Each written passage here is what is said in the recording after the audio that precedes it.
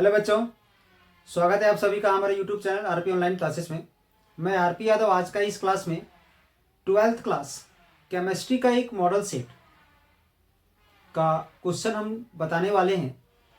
तो आज का इस क्लास में हम झारखंड बोर्ड के द्वारा 2025-26 वाले सेशन में जारी की गई 12th क्लास का केमिस्ट्री का मॉडल सेट हम लेकर के आए हैं। और आज का इस क्लास में हम उसी मॉडल सेट का सेक्शन डी का सॉल्यूशन बताने वाले हैं। अब आप लोग सोच रहे हो कि उसका सेक्शन ए बी सी क्या होगा। तो सेक्शन ए बी सी का सॉल्यूशन है वो अलग अलग लेक्चर में करके हम पहले ही बता चुके हैं। सेक्शन ए का अलग लेक्चर बनाया है, सेक्शन बी का अलग लेक्चर बनाया है, सेक्शन सी का भी अलग लेक्चर बनाया है। तो आज का इस क्लास में हम उसी मॉडल सेट 2025-26 का जो है झारखंड बोर्ड के द्वारा जारी किया गया है 12th क्लास केमिस्ट्री का, उसका सेक्शन डी का सॉल्यूशन आप लोग को बताने वाले हैं। तो इसी तरह का और सारा लेटेस्ट वीडियो का अगर आप लाभ उठाना चाहते हैं तो हमारे चैनल से जुड़े। हमारे चैनल से जुड़ने के लिए चैनल को सब्सक्राइब कर लें, बेल आइकन को दबा दें ताकि हर एक लेटेस्ट वीडियो आपको अपने आप प्राप्त हो जाए। ठीक है।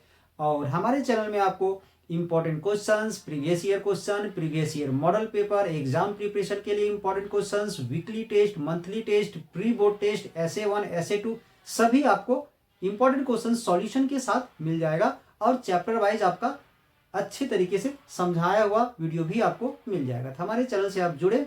चलिए आज का इस क्लास में हम 12th क्लास केमिस्ट्री का 2025-26 वाले सेशन के बच्चों के लिए जो मॉडल सेट है उसका सेक्शन डी का सॉल्यूशन देखने वाले हैं।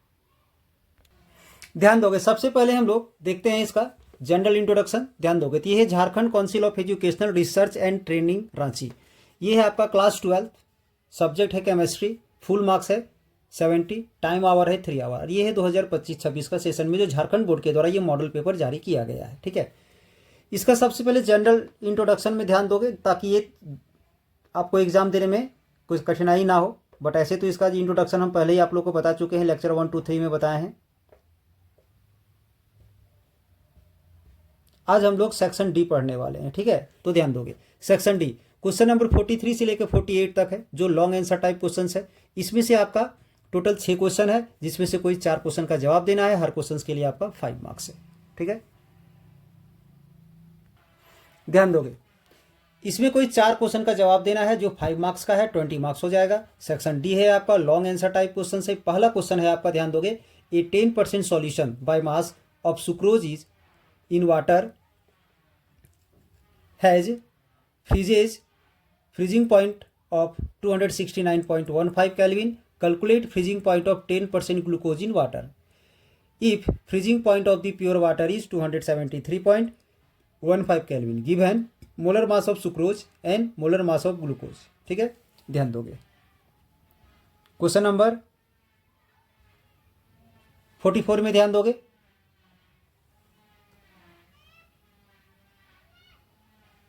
Question number 45 and 46।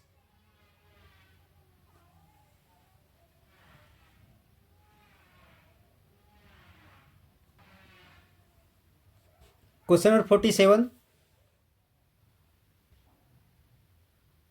इसके बाद क्वेश्चन नंबर 48। चलिए अब इन सभी क्वेश्चंस का सॉल्यूशन को अभी हम लोग डिस्कस करते हैं।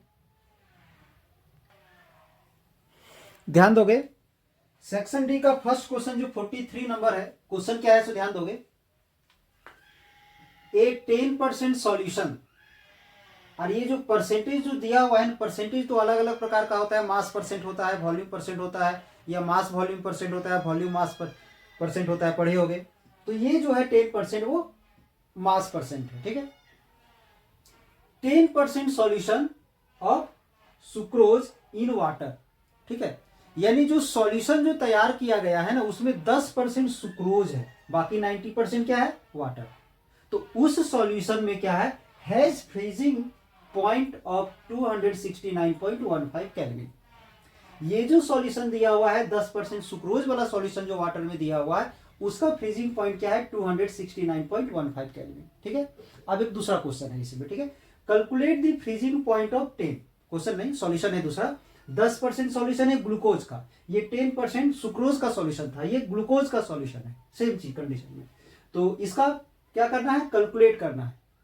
पहले वाले सॉल्यूशन का फ्रीजिंग पॉइंट दिया हुआ है, दूसरा जो ग्लूकोज का जो सॉल्यूशन है उसका फ्रीजिंग पॉइंट हमें कैलकुलेट करना है। और दिया हुआ है freezing point of pure water is 273.1 kelvin. जो प्योर वाटर था उसका फ्रीजिंग पॉइंट हमारा ये दिया हुआ है। ठीक है, बाकी आगे दिया हुआ है मोलर मास ऑफ सुक्रोज दिया हुआ है, मोलर मास ऑफ ग्लूकोज दिया हुआ है।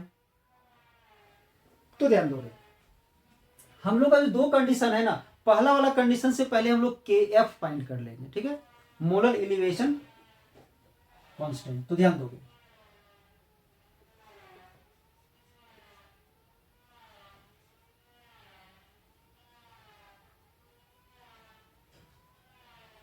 For sucrose solution,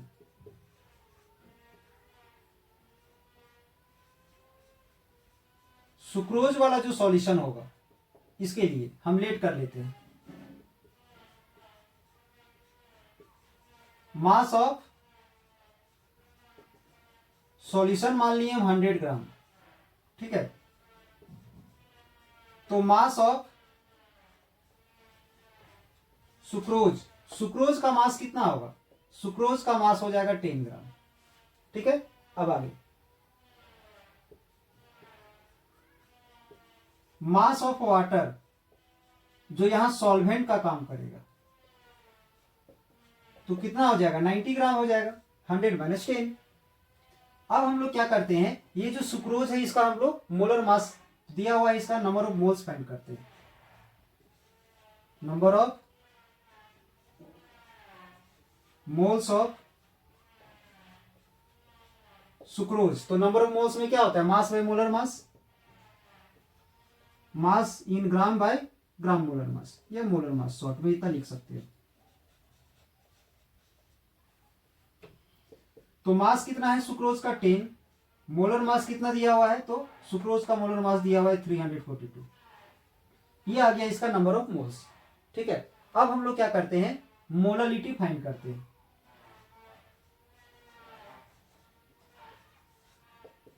molality find करेंगे तो क्या आ जाएगा? नंबर ऑफ ग्राम मोल्स या number of moles of solute. तो सॉल्यूट यहां पर कौन है? सुक्रोज। और नीचे आ जाएगा मास ऑफ सॉल्वेंट यानी वाटर इन केजी। ठीक है, तो नंबर ऑफ मोल्स क्या आया है? 10 बाई 342। और मास ऑफ सॉल्वेंट क्या दिया हुआ है? मास ऑफ सॉल्वेंट 90 ग्राम है बट केजी में चाहिए, तो 90 बाई 1000 ग्राम में दिया हुआ है ना, ग्राम को केजी में कन्वर्ट करने के लिए हम लोग 1000 से डिवाइड कर दिए।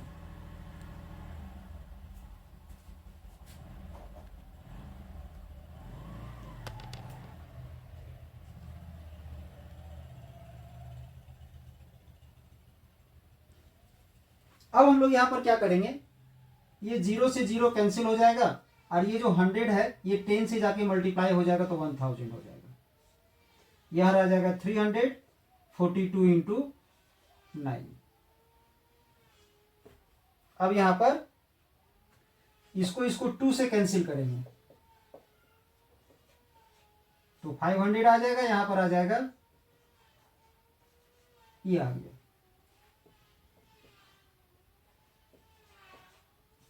अब इसको इसमें मल्टीप्लाई करेंगे,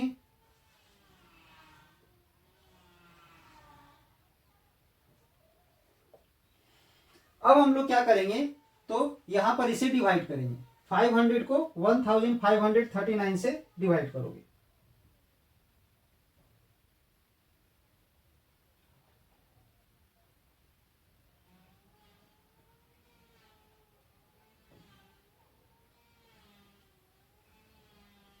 इसका आ जाएगा 0.325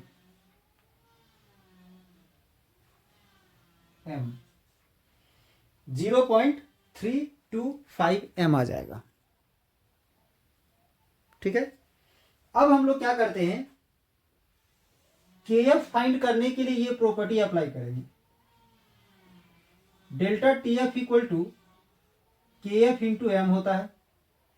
तो यहां से के एफ निकालने के लिए क्या करोगे, delta T F by M, ठीक है। अब डेल्टा टी एफ क्या है,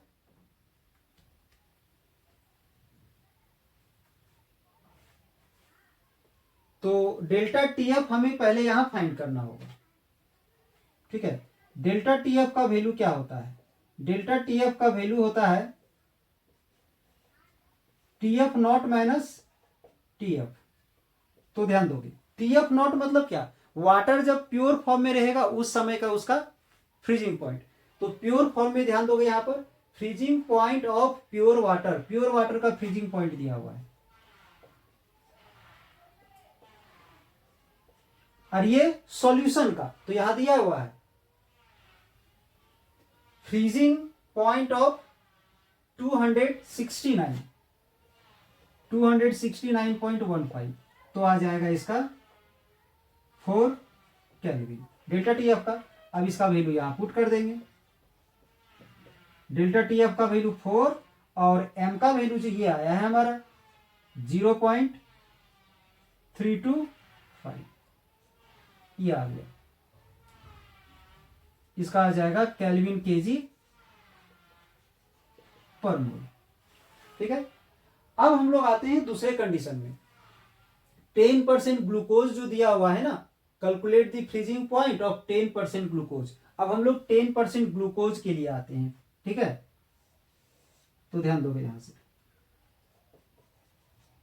for glucose solution,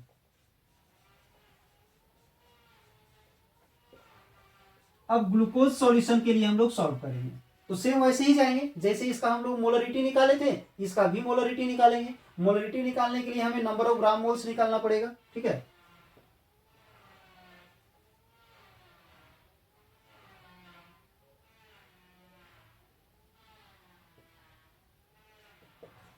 number of moles of glucose, तो क्या हो जाएगा, मास बाय मोलर मास। तो जिस तरह से ये 10% सुक्रोज दिया हुआ था वैसे ही 10% ग्लूकोज दिया हुआ है, तो ग्लूकोज का मास यहां पर 10 होगा, और मोलर मास ऑफ ग्लूकोज कितना है 180, तो आ जाएगा 1/18, ठीक है। अब नंबर ऑफ मोल्स हम लोग निकाल लिए, अब हम लोग मोलरिटी निकालते हैं।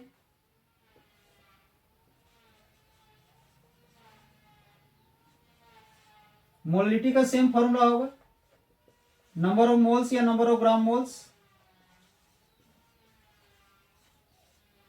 Divided by mass of solvent in KG.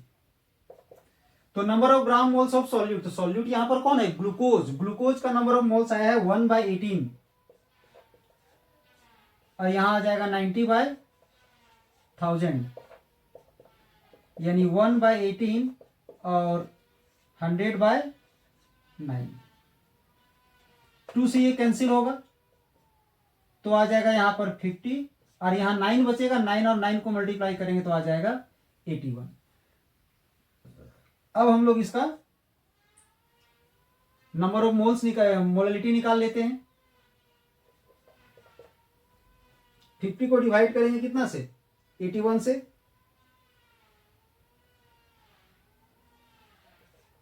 6.79 आ गया। अब हम लोग फॉर्मूला अप्लाई करेंगे,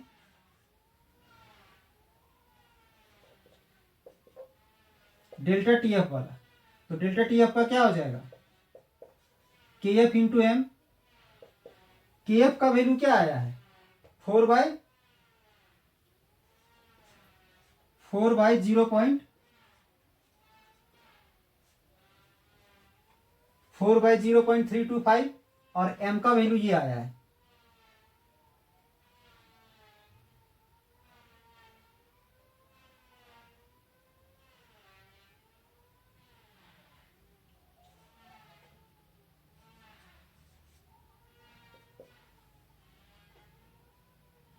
अब इसको इससे मल्टीप्लाई करके इसे हम लोग डिवाइड करेंगे।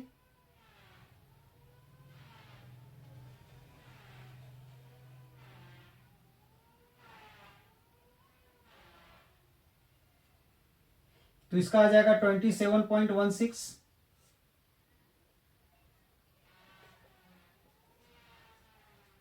और इसको डिवाइड कर देंगे नीचे वाले से।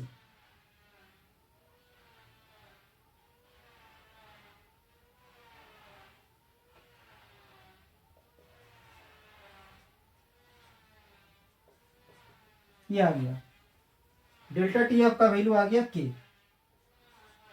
ठीक है, अब हमें निकालना था freezing point of 10% glucose in water. तो सेम फॉर्मूला अप्लाई करेंगे फिर से।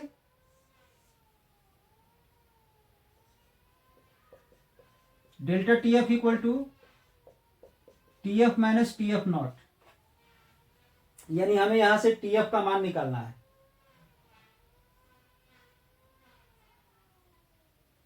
फॉर्मूला उल्टा कर दिए, यहां पर टी एफ नॉट होगा, यहां टी एफ होगा। हमें टी एफ का मान निकालना है, तो टी एफ हमारा इधर एलएचएस में आ जाएगा और डेल्टा टी एफ को हम लोग इधर ले जाएंगे। तो टी एफ नॉट मतलब क्या, प्योर फॉर्म में वाटर का फ्रीजिंग पॉइंट। तो प्योर फॉर्म में वाटर का फ्रीजिंग पॉइंट ये दिया हुआ है 273.15, 273.15 माइनस डेल्टा टी एफ का वैल्यू हमारा ये आया है 83.57।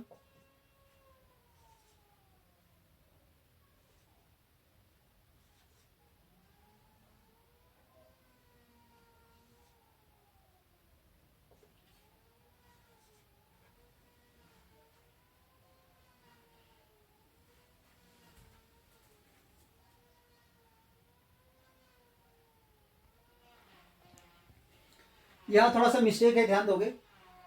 यहां जो डिवाइड जो किया गया है ना,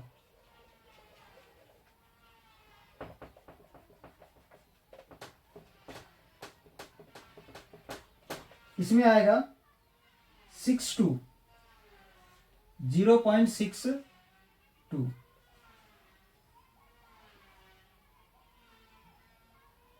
अब यहां पर हम पुट करेंगे ये वैल्यू 0.62। अब इसको मल्टीप्लाई करोगे इससे,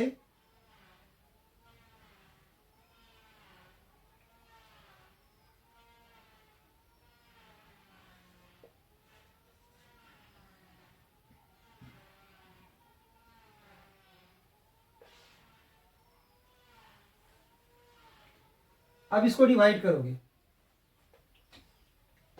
रिजल्ट यहां चेंज हो जाएगा। डिवाइड करेंगे 2.48 को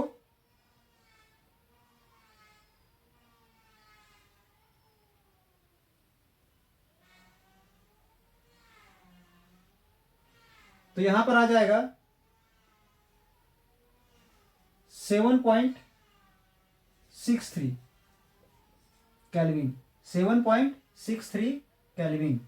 ये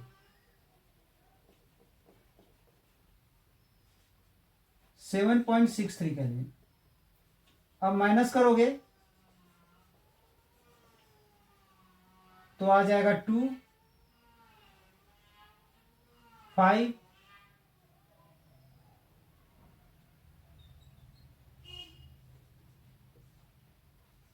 ये आएगा 265.52।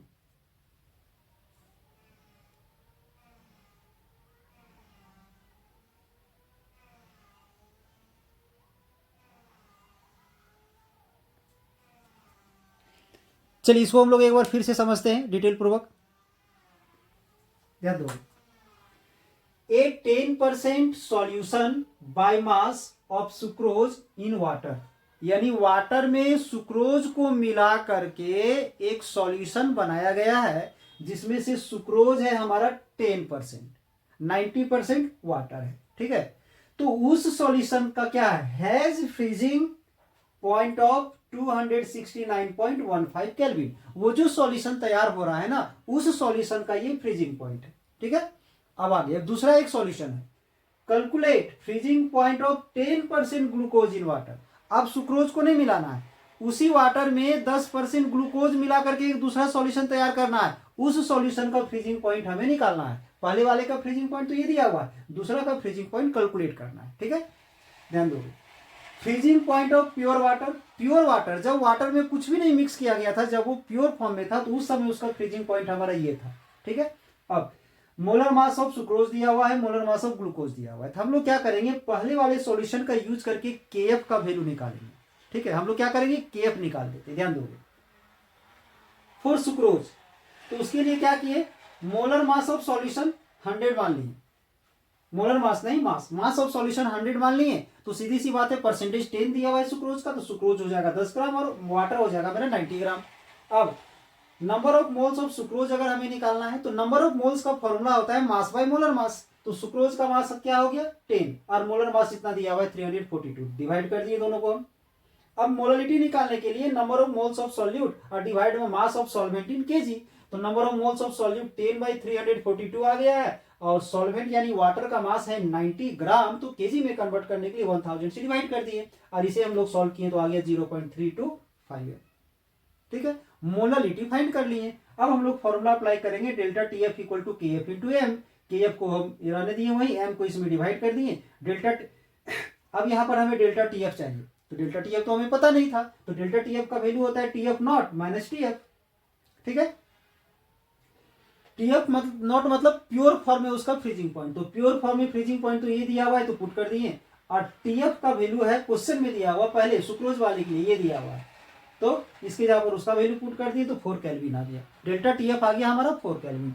तो यहाँ पर हम 4 केल्विन पुट कर देंगे, एम का वैल्यू जो यहाँ निकाले हैं उसको पुट कर दिए, और ये हमारा केएफ निकल गया। ठीक है, अब आते हैं सेकंड कंडीशन, ग्लूकोज वाले के कंडीशन में number of moles of glucose same वैसे ही निकालेंगे हम लोग, जैसे वो 10 ग्राम था तो ग्लूकोज भी मेरा 10 ग्राम है, तो मास ऑफ ग्लूकोज हम 10 ले लिए, लेकिन ग्लूकोज का मोलर मास है हमारा 180, तो 180 पुट कर दिए, तो 1/18 आ गया किसका, ग्लूकोज वाले सॉल्यूशन के लिए ग्लूकोज का नंबर ऑफ मोल्स। अब हम लोग क्या करेंगे, मोलरिटी निकालने के लिए number of moles of solute divide by mass of solvent in KG, तो सॉल्यूट का नंबर ऑफ मोल्स तो 1/18 है, तो 1/18 ले लिए, फिर वही सॉल्वेंट यानी वाटर, वाटर तो मेरा वही आ जाएगा 90 ग्राम, तो केजी में कन्वर्ट करने के लिए 90/1000 कर दिए, और इसको हम लोग सॉल्व किए तो 50/81 आया, इसे डिवाइड किए तो हमारा ये आ गया। ठीक है, फिर से फॉर्मूला अप्लाई करेंगे, delta TF equal to KF into M. अब यहां से हम लोग क्या करेंगे, केएफ तो कांस्टेंट है, कांस्टेंट तो वही रहेगा हमारा, यहाँ जो फाइंड किए हैं इस वैल्यू को यहाँ पुट कर दिए, एम का वैल्यू इसे पुट कर दिए, अब इसको इसमें मल्टीप्लाई किए तो ये आया, डिवाइड किए तो हमारा ये आ गया डेल्टा टीएफ। किसके लिए, ग्लूकोज वाले सॉल्यूशन के लिए डेल्टा टीएफ आ गया। फिर से ये डेल्टा टीएफ का फॉर्मूला अप्लाई करेंगे, तो डेल्टा टीएफ तो ग्लूकोज वाले का दिया हुआ है, ये प्योर फॉर्म में है, तो प्योर फॉर्म में वाटर का तो फ्रीजिंग पॉइंट तो वही रहेगा, वो चेंज थोड़ी ना होगा, तो उसके जगह पर वो पुट करेंगे, हमें ये निकालना था, तो ये माइनस को इधर हम प्लस में ले आए और इसको उधर माइनस में ले गए, इसका वैल्यू पुट कर दिए 273.15, और डेल्टा टीएफ का वैल्यू यहाँ जो निकाले हैं उसको पुट करके माइनस कर दिए, तो ये आ गया हमारा क्या आया, ये टीएफ मतलब सॉल्यूशन का फ्रीजिंग पॉइंट। कौन सा सॉल्यूशन का, तो ग्लूकोज वाले सॉल्यूशन का। इसका calculate the freezing point of the 10% glucose in water, water में अगर 10% ग्लूकोज अगर मिलाया जाएगा तो उसका जो फ्रीजिंग पॉइंट जो आया हमारा 265.52 केल्विन आ गया। ठीक है, आई होप आप लोगों को समझ में आ रहा होगा। अच्छा चलिए हम लोग अगला क्वेश्चन लेते हैं। ठीक है,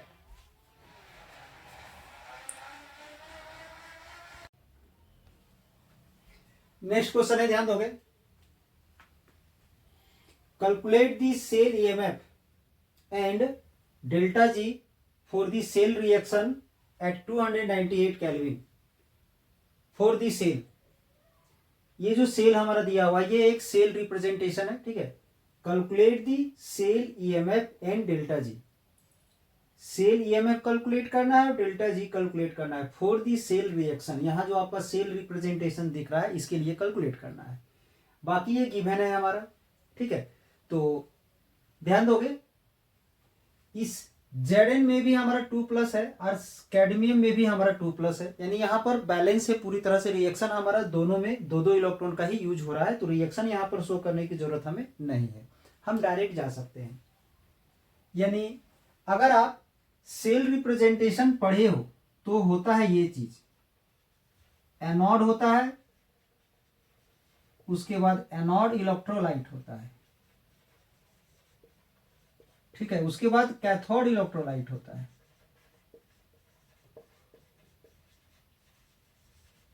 और यहां पर फिर कैथोड होता है। यहाँ क्या होता है? कैथोड। यानी इसका मतलब है कि एनोड का काम हमारा कौन कर रहा है यहाँ पर? तो Zn कर रहा है, और कैथोड का काम कर रहा है हमारा कैडमियम। बस ये चीज आप दिमाग में बैठा लो, ठीक है। एनोड यहाँ पर कौन है? तो Zn, और कैथोड कौन है? तो कैडमियम है, ठीक है। चलिए अब आगे बढ़ते हैं हम लोग थोड़ा सा। अब इसके बाद हमें कैलकुलेट क्या करना है? तो हमें यहां जो कैलकुलेट करना है, सेल कैलकुलेट, सेल ईएमएफ। तो इसके लिए आपको बता दें कि इसके लिए फॉर्मूला होता है जो आप एक पढ़े होंगे,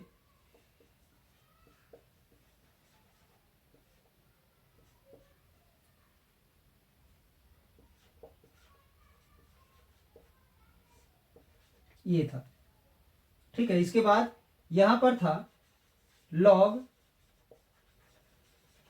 कैथोड बाय एनोड, ये फॉर्मूला पढ़े हो गया। एक चीज बता दें आप लोग को, अगर यहां माइनस आ जाए, यहां अगर माइनस आ जाए तो ये एनोड ऊपर चला जाएगा और कैथोड नीचे आ जाएगा, ठीक है। दोनों चल सकता है हमारा। अगर यहां माइनस लेंगे तो ये एनोड ऊपर चला जाएगा और कैथोड जो है सो हमारा नीचे आ जाएगा। तो अगर हमें ई सेल कैलकुलेट करना है तो हमें ई सेल नॉट चाहिए पहले, ठीक है, ई सेल नॉट। तो पहले हम लोग चलिए ई सेल नॉट फाइंड करते हैं। ई सेल नॉट का भी एक फॉर्मूला होता है, आप पढ़े होंगे आप लोग, E naught cathode minus E naught anode, ये होता है फॉर्मूला, ठीक है। तो अभी जैसा कि हम बताए थे, कैथोड का काम यहां पर कैडमियम कर रहा है और एनोड का काम यहां पर जिंक कर रहा है। कैथोड है हमारा cadmium,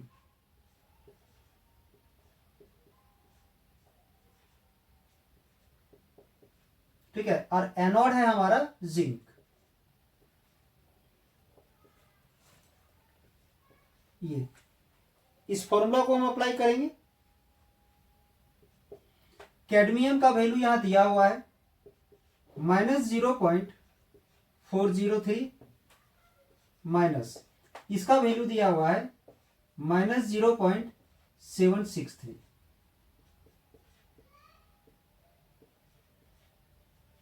minus into minus plus. अब इसे सॉल्व करेंगे,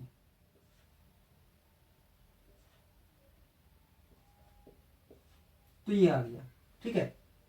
अब इसके बाद हम इसका इसमें यूज करने वाले हैं। बता दें आप लोग को, ये है हमारा ननस्ट इक्वेशन, आप लिख सकते हो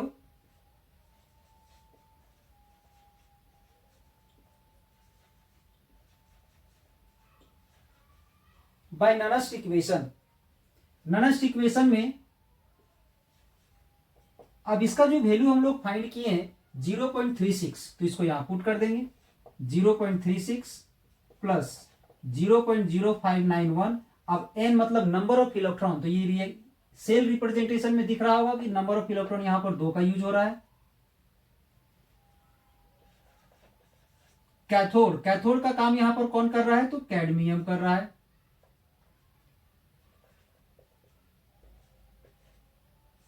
और एनोड का काम यहां पर Zn कर रहा है।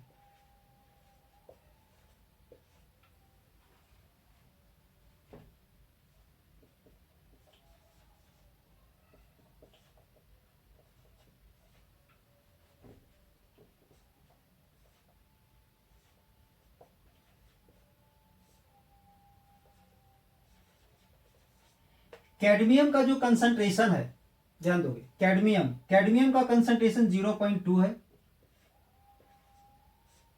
और Zn का कंसंट्रेशन है यहां पर 0.0004,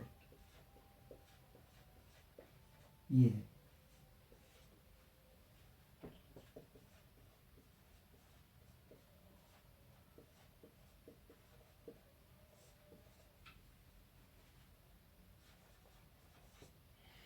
दोनों जगह से डेसिमल अगर हम हटा दें यहां से, ठीक है, तो डेसिमल के बाद यहाँ पर 4 डिजिट है तो 4 जीरो ऊपर चला जाएगा, और यहाँ पर 1 है तो 1 जीरो आएगा, इसी ये कैंसिल होगा।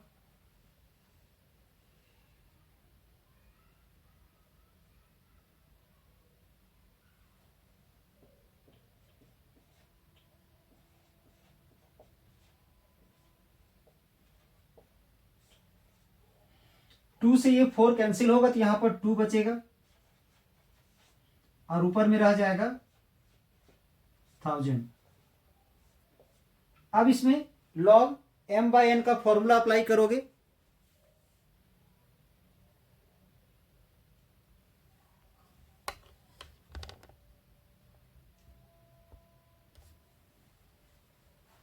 log m/n का फॉर्मूला अप्लाई करोगे यहां,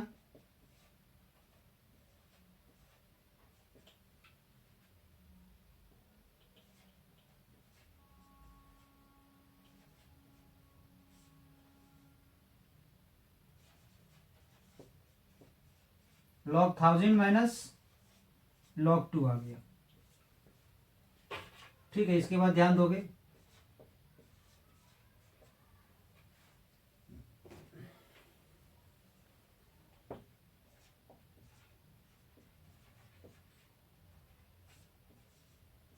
ये जो log 1000 है इसका वैल्यू 3 होता है, और इसका हो जाएगा 0.301, ये आ गया। अब 3 माइनस 0.301 सॉल्व करके मल्टीप्लाई करके 2 से डिवाइड करोगे,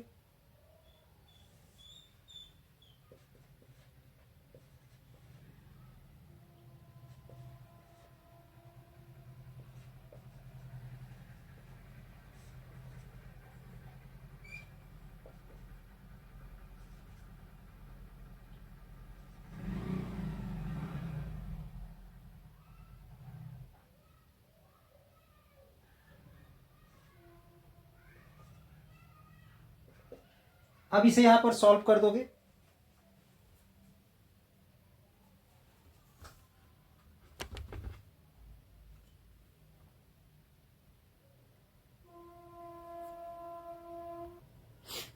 तो ध्यान दोगे अगर हम इन दोनों को मल्टीप्लाई करेंगे तो 0.16 आएगा, 2 से डिवाइड करेंगे 0.08 आएगा, ऐड करेंगे 0.44 वोल्ट आ जाएगा। ठीक है, यानी इसमें दो क्वेश्चन जो था ना, एक क्वेश्चन हम लोग सॉल्व कर लिए। फिर से हम रिपीट करते हैं, ध्यान दोगे। यहां बोला गया था calculate the cell EMF and delta G for the cell reaction. ये जो सेल रिएक्शन होगा, सेल रिप्रेजेंटेशन दिया हुआ है, इस सेल का रिप्रेजेंटेशन का जो सेल रिएक्शन होगा, उस सेल रिएक्शन के लिए पहले हम लोग ईएमएफ ऑफ द सेल निकालना है। तो अगर आप लोग नॉनेस्ट इक्वेशन पढ़े हो तो ईएमएफ ऑफ द सेल का ये फॉर्मूला होता है। ठीक है, ये फॉर्मूला होता है। तो इसमें हम लोग क्या करेंगे, पहले ई सेल नॉट निकाल लेंगे। तो ई सेल नॉट का भी एक फॉर्मूला होता है, ई कैथोड माइनस ई एनोड। ठीक है, इसमें पहले ये हमें जानना है कि आखिर किसमें कैथोड का काम कौन कर रहा है, एनोड का काम कौन कर रहा है। तो आगे जो सेल रिप्रेजेंटेशन में जो रहता है वो एनोड होता है, और बाद में जो रहता है वो कैथोड होता है। तो यहाँ पर एनोड है हमारा जिंक और कैथोड है हमारा कैडमियम। तो कैथोड के जगह पर हम कैडमियम ले लिए और एनोड के जगह पर हम जिंक ले लिए। दोनों का वैल्यू यहाँ पर दिया हुआ है। कैडमियम के जगह पर ये वैल्यू यहाँ पर हम लोग पुट कर दिए हैं, और जिंक के जगह पर हम ये वैल्यू यहाँ पर पुट करके सॉल्व किए, तो हमारा ये आ गया। अब नॉनेस्ट इक्वेशन का जो हम यूज किए हैं, ई सेल नॉट का वैल्यू हम पुट कर दिए हैं। एन मतलब नंबर ऑफ इलेक्ट्रॉन जो रिएक्शन में यूज हो रहा है। इसमें जो रिएक्शन यूज हो रहा है वो 2 इलेक्ट्रॉन है, यहाँ पर 4 से ही पता चल रहा है 2 इलेक्ट्रॉन है, इसमें 2 ले लिए। कैथोड का काम यहाँ पर कैडमियम कर रहा है तो हम कैडमियम ले लिए, और एनोड का काम यहाँ पर जिंक कर रहा है तो हम जिंक ले लिए। ठीक है, कैडमियम का ये कंसंट्रेशन है, कैडमियम का कंसंट्रेशन दिया हुआ है 0.2, ये यहाँ पर हम 0.2 ले लिए हैं, और जिंक का कंसंट्रेशन दिया हुआ है 0.0004, तो 0.0004 हम ले लिए। ठीक है, अब हम लोग यहाँ से क्या किए हैं कि यहाँ से भी डेसिमल हटा दिए, नीचे एक जीरो आ गया, यहाँ से डेसिमल हटा दिए तो ऊपर में 4 जीरो चला गया। 0 से 0 कैंसिल हो गया, 2 से इसको कैंसिल किए तो नीचे 2 आ गया, ऊपर में 1000 बच गया। लॉग एम बाय एन का फॉर्मूला अप्लाई किए हम लोग यहाँ पर, तो log M minus log N हो गया। इसका होता है 3 हो गया, और इसका हमारा 0.301 हो गया। दोनों को सॉल्व किए तो हमारा ये आया, और इसे मल्टीप्लाई करके सॉल्व करती है तो हमारा क्या आ गया, सेल ईएमएफ हमारा आ गया है। अब हम लोग डेल्टा जी निकालेंगे, तो डेल्टा जी के लिए जो फॉर्मूला होता है हम उस फॉर्मूला का हम यूज करने वाले हैं। अब इसके बाद हम लोग डेल्टा जी जो होता है गिब्स फ्री एनर्जी चेंज, इसका हम लोग फॉर्मूला यूज करेंगे। ठीक है, तो इसका फॉर्मूला पढ़े होगे आप लोग, minus N F E cell होता है। तो एन का वैल्यू 2 है और इसका होता है 96500 और इसका वैल्यू आया है हमारा 0 हम लोग जो इसका वैल्यू जो फाइंड किए हैं, इसका वैल्यू हम लोग क्या फाइंड किए हैं 0.44 ये वैल्यू फाइंड किए हैं। अब इसे मल्टीप्लाई करोगे तीनों को तो अप्रॉक्स में वैल्यू आ जाएगा 84.88। इसका अप्रॉक्स वैल्यू आ जाएगा 84.88 किलो जूल पर मोल। ठीक है, एक्चुअली में ये जूल में है, ये जो है ना अभी ध्यान दोगे ये जूल पर मोल में है। इसका जो सॉल्यूशन आएगा उसे 1000 से डिवाइड करोगे तब जाके वो किलो जूल पर मोल आएगा। ठीक है, यानी इसे हम क्या करेंगे, पहले इसको सॉल्व मल्टीप्लाई करेंगे।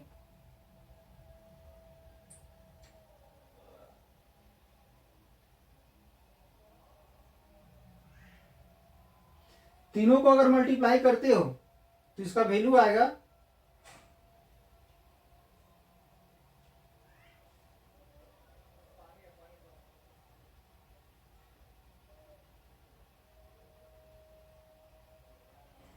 अप्रोक्स में इसका वैल्यू आएगा 84,920 के आसपास आएगा जूल पर मोल।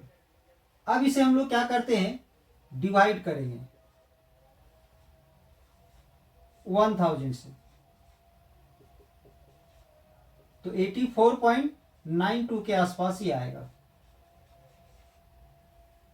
ये आ गया डेल्टा जी का वैल्यू।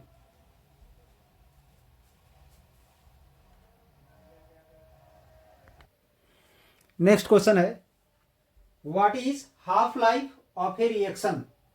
फिर इसके बाद इसी में दो क्वेश्चन और है, find out the value of half life of A zero order, और तीसरा क्वेश्चन है half life of first order reaction.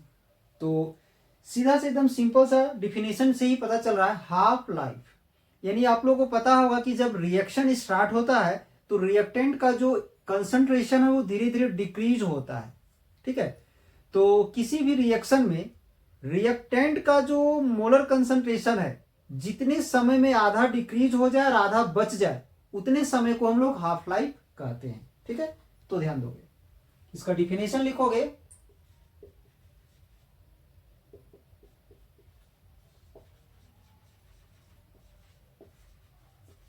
the half life of a reaction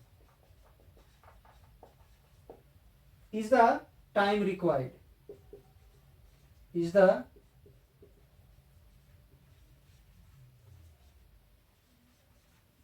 time required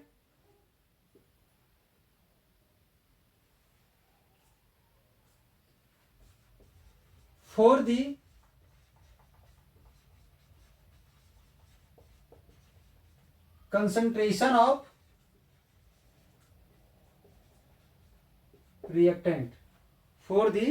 concentration of reactant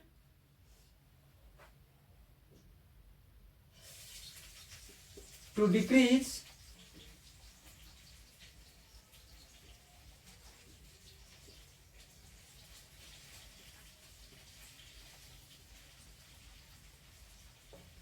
to half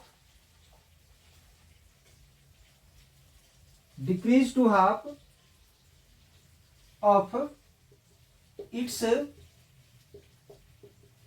initial concentration। ध्यान दोगे, the half life of a reaction is the time required for the concentration of reactant to decrease to half of its initial concentration, मतलब उसका initial concentration का आधा decrease हो जाए। ठीक है, it is denoted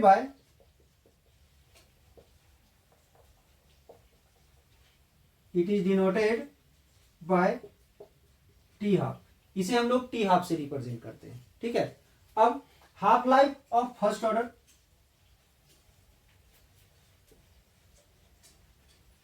half life of zero order, पहले zero order,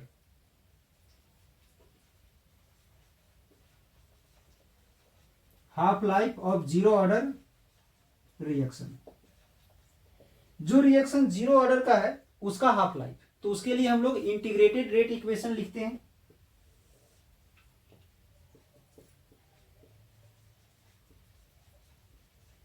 integrated rate equation, तो इंटीग्रेटेड रेट इक्वेशन क्या था, k इक्वल टू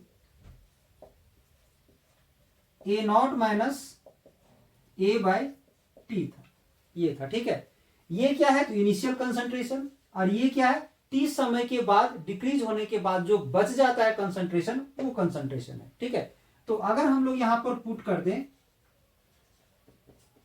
टी के जगह पर, अगर हम लोग टी हाफ पुट कर दें, और जो ए जो वैल्यू है इसके जगह पर इनिशियल का जस्ट हाफ हो जाएगा ये, यानी इस इक्वेशन में टी के जगह पर हम टी हाफ पुट कर देंगे और ए के जगह पर ए नॉट बाई टू पुट कर देंगे, और उसके बाद जो टी हाफ का जो वैल्यू होगा वही होगा हमारा half life of zero order reaction.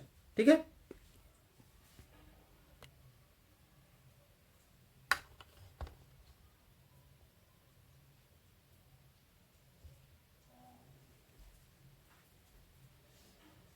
तो ध्यान दोगे इसमें हम लोग पुट करेंगे,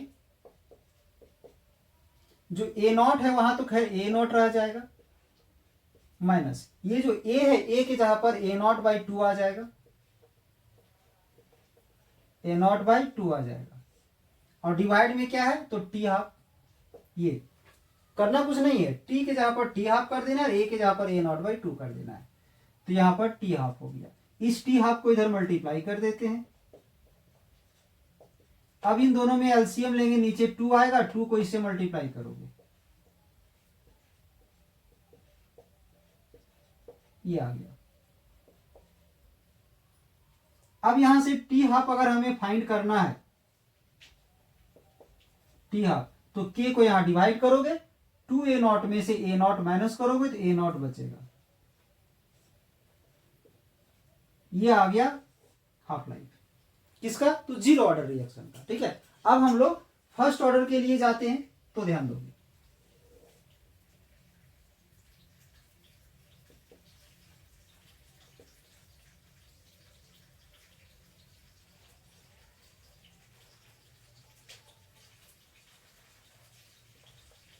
half life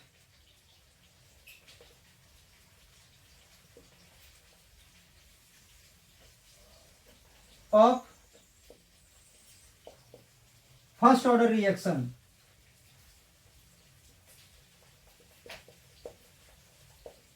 half life of first order reaction, तो इसका भी हम लोग इंटीग्रेटेड रेट इक्वेशन यूज करते हैं पहले।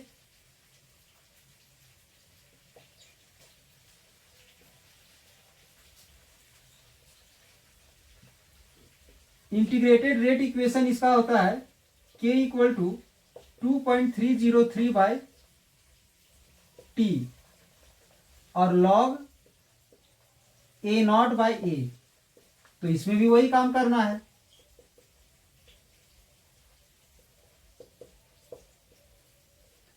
टी के जगह पर अगर हम लोग टी हाफ पुट कर दें, तो यहां से ए के जगह पर ए नॉट बाई टू आ जाएगा, जैसा कि यहां पर हम लिखे थे, टी के जगह पर टी हाफ और ए के जगह पर ए नॉट बाई टू पुट कर देंगे। अब इसको इधर मल्टीप्लाई कर दोगे,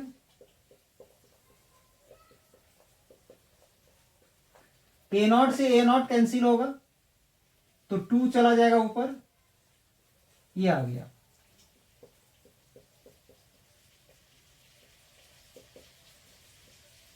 log 2 का वैल्यू होता है 0.301, इसे मल्टीप्लाई करोगे 0.693 आ जाएगा, और यहां से डिवाइड में ये के जो है डिवाइड में चला जाएगा, ये आ गया हमारा half life of first order. तो सिंपल सा है, ये definition of the half life है, ये half life of zero order reaction है, और ये half life of first order reaction है। ठीक है, अब नेक्स्ट क्वेश्चन की ओर आते हैं हम लोग।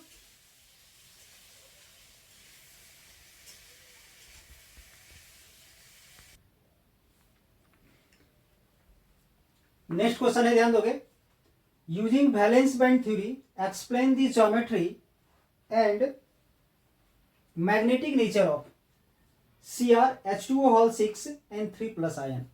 तो इसमें सबसे पहले हम लोग क्या करेंगे कि ये जो क्रोमियम है इसका हम लोग यहाँ पर ऑक्सीडेशन स्टेट फाइंड करेंगे। ठीक है,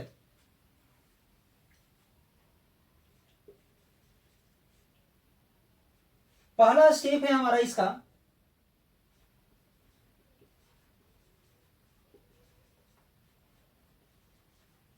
oxidation state of chromium in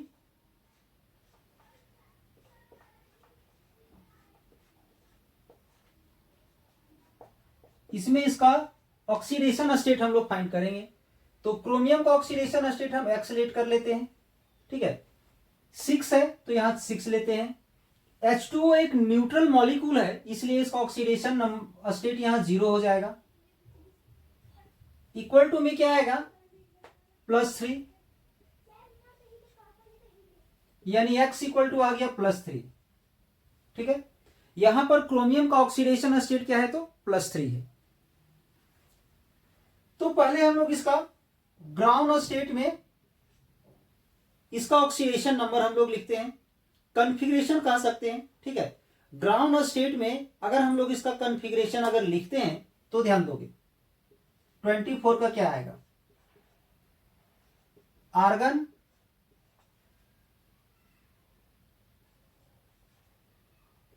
(3d5) 4s1,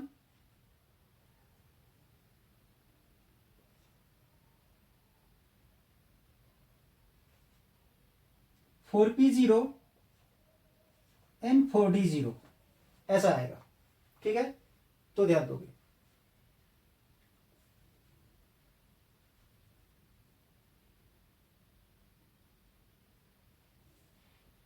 अब अगर ये जो इसका ऑक्सीडेशन स्टेट +3 है, जब ये +3 स्टेट में जब आएगा तो ये 3 इलेक्ट्रॉन लूज करेगा। एक इलेक्ट्रॉन यहां से लूज करेगा, कहां से तो 4s से, और यहां से 2 इलेक्ट्रॉन लूज करेगा। तो यहां से 1 और यहां से 2, तो यहां पर 3d3 4s0 4p0 and 4d0 आ जाएगा। ठीक है, अब यहां पर अगर इसका हम लोग कॉन्फ़िगरेशन अगर लिखते हैं ऑर्बिटल वाइज, तो इस डी में कितना ऑर्बिटल होता है तो 5 ऑर्बिटल होता है। 5 ऑर्बिटल होता है। इलेक्ट्रॉन 3 है, 3 इलेक्ट्रॉन्स। इसके बाद एस का आएगा ये, फिर ये पी का 3 आएगा,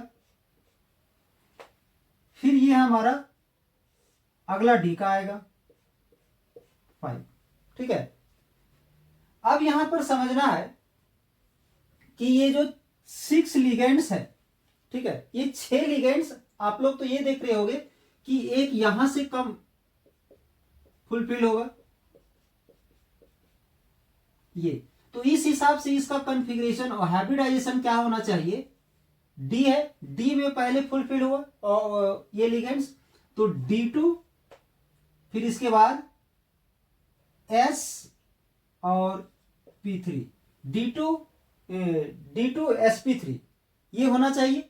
बट यहां पर ऐसा नहीं होगा, because H2O is weak ligand field.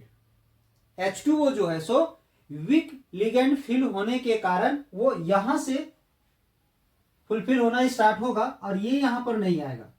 जो 6 H2O लिगेंड्स जो है ना, वो 6 H2O लिगेंड्स कहां पर अपना स्थान ग्रहण करेगा, यहां पर एक यहां, एक यहां, एक यहां, और बाकी 2 आगे इधर हमारा चला जाएगा। कि रीजन क्या इसका है, तो because H2O is a week ligand field. ये जो है सो H2O वीक लिगेंड फील्ड होने के चलते इसका जो 2 मॉलिक्यूल्स ऑफ H2O है वो अगले डी में ट्रांसफर हो जाता है, जिसके चलते यहां पर इसका हाइब्रिडाइजेशन क्या होता है,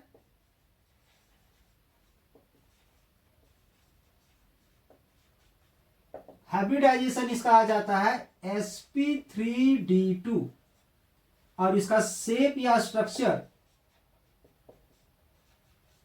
स्ट्रक्चर इसका ऑक्टाहेड्रल हो जाता है। ठीक है, और इसका मैग्नेटिक नेचर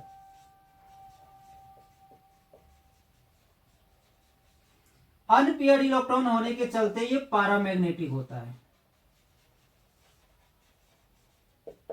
ये अब इसी में अगर यहां पर क्रोमियम NH3 3+ आयन होता, अगर ऐसा होता तो ये जो NH3 है ये वीक लिगेंड फील्ड नहीं है, तो वीक लिगेंड फील्ड नहीं है जिसके चलते इसका जो 6 लिगेंड है NH3 वो यहां से फुलफिल होना स्टार्ट होता, स्थान प्राप्त करना स्टार्ट करता 1 2 3 4 5 6, यानी इस कंडीशन में इसका हाइब्रिडाइजेशन D2sp3 हो जाता, ध्यान दोगे। बट ये यहां पर नहीं होगा because H2 is a week ligand field, week ligand field होने के चलते यहां से स्टार्ट होके यहां तक ये जाता है, यानी ये जो हमारा आ गया sp3d2 आ गया, ठीक है।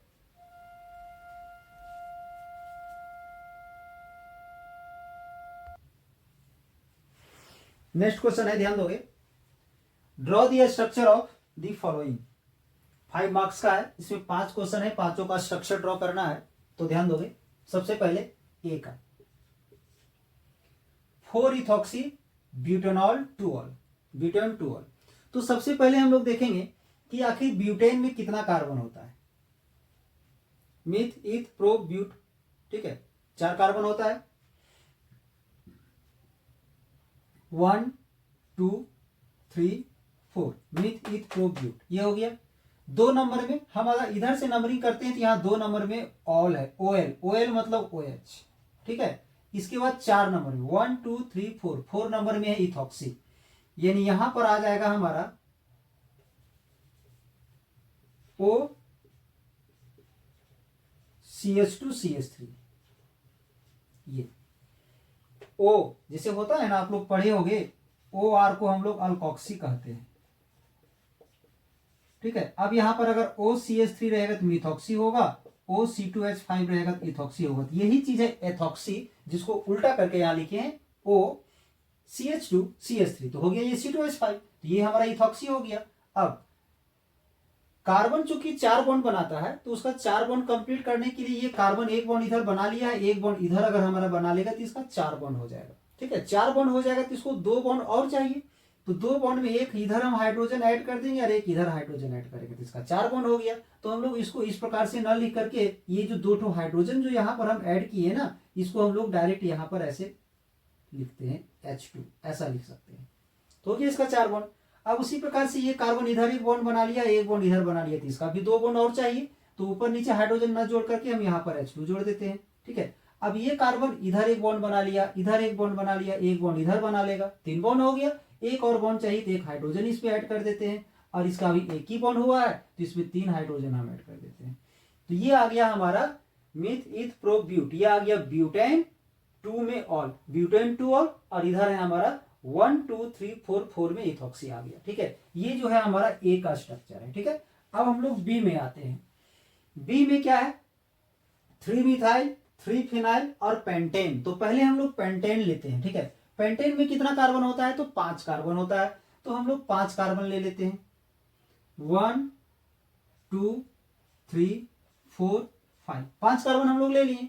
पांचों कार्बन को सिंगल बॉन्ड से हम लोग कनेक्ट कर देते हैं, पहले सिंगल बॉन्ड से कनेक्ट कर दिए सबको। अब 2 में यहां पर ऑल है, तो 1 2 यहां पर ऑल OH, ऑल यानी अल्कोहल, 2 में हम ऐड कर दिए। अब इसके बाद 3 में फिनाइल और 3 में मिथाइल, 1 2 3 यहां पर मिथाइल ले लिए C2H5, और इसी में फिनाइल भी है, तो फिनाइल का स्ट्रक्चर ऐसा होता है, ये हो गया फिनाइल।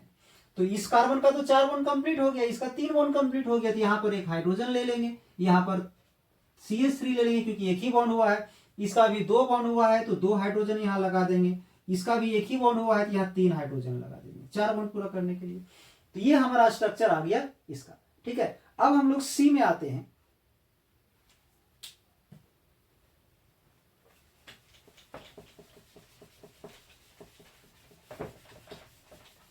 सी में क्या है, सो ध्यान दोगे, सी में है M क्रेशॉल, ठीक है। तो एक्चुअली में ये क्या होता है, अल्कोहल और मिथाइल 2 ग्रुप ऐड होता है बेंजीन में, तब क्रेशॉल बनता है।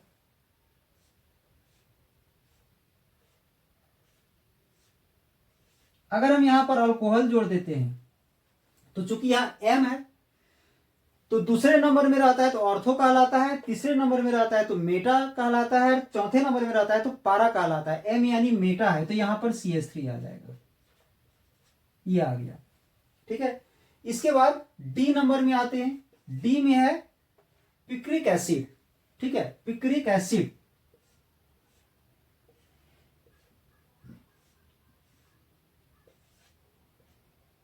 OH और यहां पर NO2 और इधर O2N, ये 2,4,6 ट्राइनाइट्रोफेनॉल जो होता है उसी को हम लोग पिक्रिक एसिड कहते हैं। ठीक है, इसके बाद ई में है ग्लिसरॉल का स्ट्रक्चर, तो इसका स्ट्रक्चर ऐसा होगा CH2 CH CH2 और तीनों में एकक OH ऐड हो जाएगा। ये आ गया इन सभी का स्ट्रक्चर। ठीक है,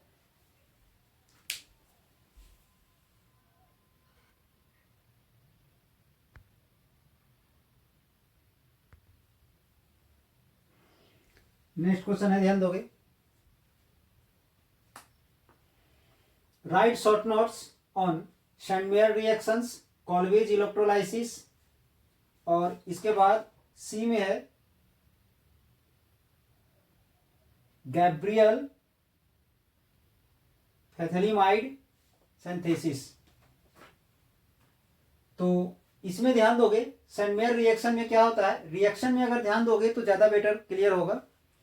ये जो एमीन है जिसे हम लोग एनिलीन कहते हैं, इसे सोडियम नाइट्रेट और मिनरल एसिड के साथ हम लोग क्या करते हैं, उसमें डिसॉल्व करते हैं तो बेंजीन डाइजोनियम क्लोराइड बनता है। ठीक है, और जब ये बेंजीन डाइजोनियम क्लोराइड बन जाता है तो ये बेंजीन डाइजोनियम क्लोराइड को किप्रस क्लोराइड के साथ फिर से ट्रीटमेंट करवाते हैं तो क्लोरोबेंजीन बनता है। तो इस रिएक्शन को ही हम लोग क्या बोलते हैं, सैंडमेयर रिएक्शन कहते हैं। और यहाँ जो क्लोरीन जो हम लिए हैं वहां पर हम ब्रोमीन भी लेके चल सकते हैं। तो ध्यान दोगे, when A primary aromatic amine, इसे प्राइमरी एरोमेटिक एमीन बोला गया है, dissolved in cold aqueous mineral बोला गया है Cl को, and treatment with sodium nitrate, ये है sodium nitrate, A diazonium salt is form.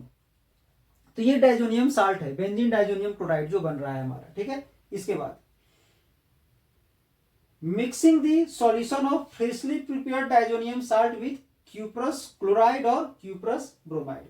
अब ये जो हमारा बन जा रहा है इसको हम लोग या तो क्यूप्रस क्लोराइड के साथ डिसॉल्व करेंगे या तो क्यूप्रस ब्रोमाइड के साथ डिसॉल्व करेंगे, तो क्या होगा, results in the replacement of diazonium group -Cl - Br। ये जो डाइजोनियम ग्रुप है उसको हटा दिया जाएगा और वो Cl ग्रुप या तो फिर Br ग्रुप यहां पर आ जाएगा। This reaction is known as Sandmeyer reaction. यहां पर आप Cu2Br2 भी ले सकते हो तो यहां पर Br बन जाएगा। ठीक है, अब देखिए, अब हम लोग आते हैं इसका बी नंबर में।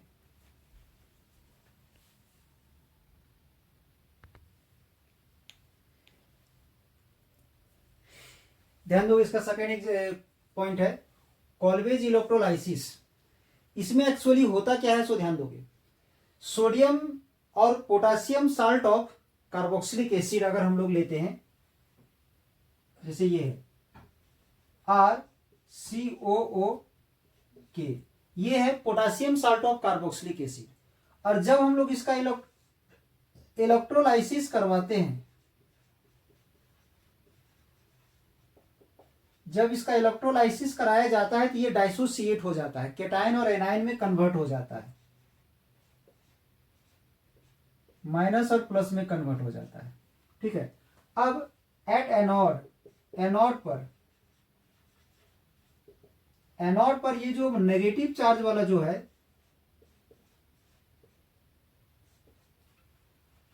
ये RR ऐड हो जाता है और CO2 प्लस में इलेक्ट्रॉन अलग हो जाता है। बैलेंस करने के लिए यहां पर 2 से मल्टीप्लाई करते हैं तो यहां भी 2 मल्टीप्लाई होता है, यहां भी 2 आ जाता है, यानी एनोड पर हमारा ये क्या है, ये अल्केन है। इसका एक सिंपल से एग्जांपल भी हम ले सकते हैं, दैट इज अगर यहां पर हम लोग CH3COO पोटासियम लेते हैं, पोटासियम की जगह पर चाहो तो सोडियम भी ले सकते हो। अब यहां लिखोगे इलेक्ट्रोलाइसिस तो क्या हो जाएगा, CH3COO माइनस और प्लस में K प्लस, ये डाइसोसिएट हो जाता है। अब इसके बाद एट एनोड, ये जो नेगेटिव चार्ज जो है ये एनोड पर जाकर के न्यूट्रलाइज हो जाता है, यानी CH3 ऐड हो जाता है और 2CO2 बन जाता है, प्लस में 2 इलेक्ट्रॉन अलग हो जाता है। बैलेंस करने के लिए यहाँ पर 2 आता है, ये आ गया हमारा इथेन। तो इसी को हम लोग क्या बोलते हैं, तो कॉल्वेज इलेक्ट्रोलाइसिस। तो ध्यान दोगे, the aqueous solutions of sodium और potassium salts of carboxylic acid on electrolysis give alkane at anode. Anode पर जाकर के अल्केन प्राप्त होता है। This reaction is called Kolbe's electrolysis.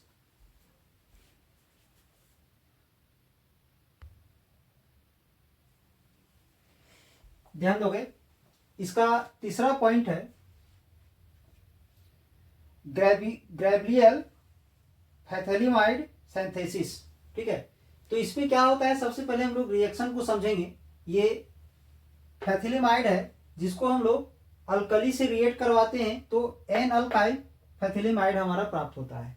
अब फिर उसको हम लोग अल्कली से फिर सोडियम हाइड्रोक्साइड से रिएक्ट करवाते हैं, तब जाके हमारा क्या बनता है, तो प्राइमरी एमीन बनता है। ध्यान दोगे इसमें, this synthesis is used for the preparation of the primary amine. ये क्या है, ये प्राइमरी एमीन है। प्राइमरी एमीन का प्रिपरेशन में इसका हम लोग उपयोग करते हैं। इसमें एक्चुअली में होता क्या है कि फैथिलिमाइड जो है सो ये फैथिलिमाइड है हमारा on treatment with ethanolic potassium hydroxide. ये एथेनॉलिक पोटेशियम हाइड्रोक्साइड के साथ इसका हम लोग ट्रीटमेंट करवाते हैं तो क्या बनता है, फॉर्म्स पोटेशियम साल्ट ऑफ फैथिलिमाइड। देखो ये हमारा पोटेशियम साल्ट ऑफ फैथिलिमाइड हमारा तैयार हो जाता है। इसके बाद which on heating with alkyl halide, ये RX alkyl halide, alkyl halide के साथ इसको हम लोग हीट करते हैं, फॉलोड बाय अल्कलाइन हाइड्रोलाइसिस। इसको इसके साथ हीट करने के बाद फिर से उसे हम लोग अल्कलाइन के साथ उसको क्या करते हैं, तो ट्रीटमेंट करवाते हैं। तो क्या होता है, प्रोड्यूसेस दी कॉरेस्पॉन्डिंग प्राइमरी एमीन, तब जाके प्राइमरी एमीन हमारा प्राप्त होता है। बट इसमें एरोमेटिक एमीन अगर आप प्राप्त करना चाहते हो तो वो प्राप्त नहीं होगा। ठीक है, तो ये था हमारा आज का क्लास में, कंप्लीट करोगे पहले इसे। ठीक है,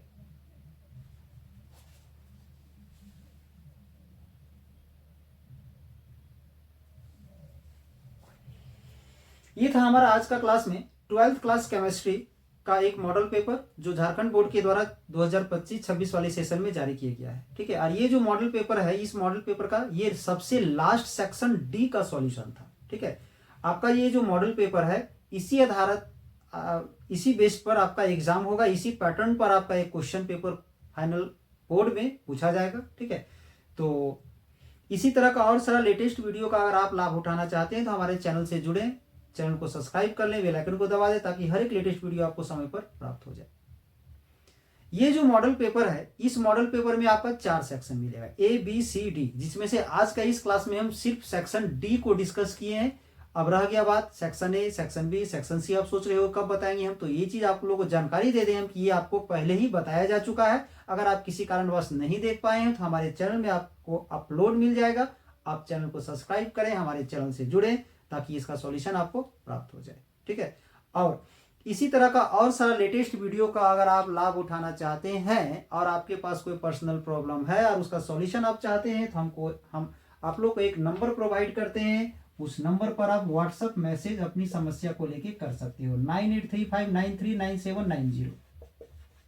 ये तो आई होप आज का वीडियो आप लोग अच्छा लगा हो, तो इसके लिए एक लाइक कर दे, वीडियो को ज्यादा से ज्यादा शेयर कर दें और चैनल को सब्सक्राइब करके जाए ताकि हर एक लेटेस्ट वीडियो आपको समय पर प्राप्त हो जाए। धन्यवाद।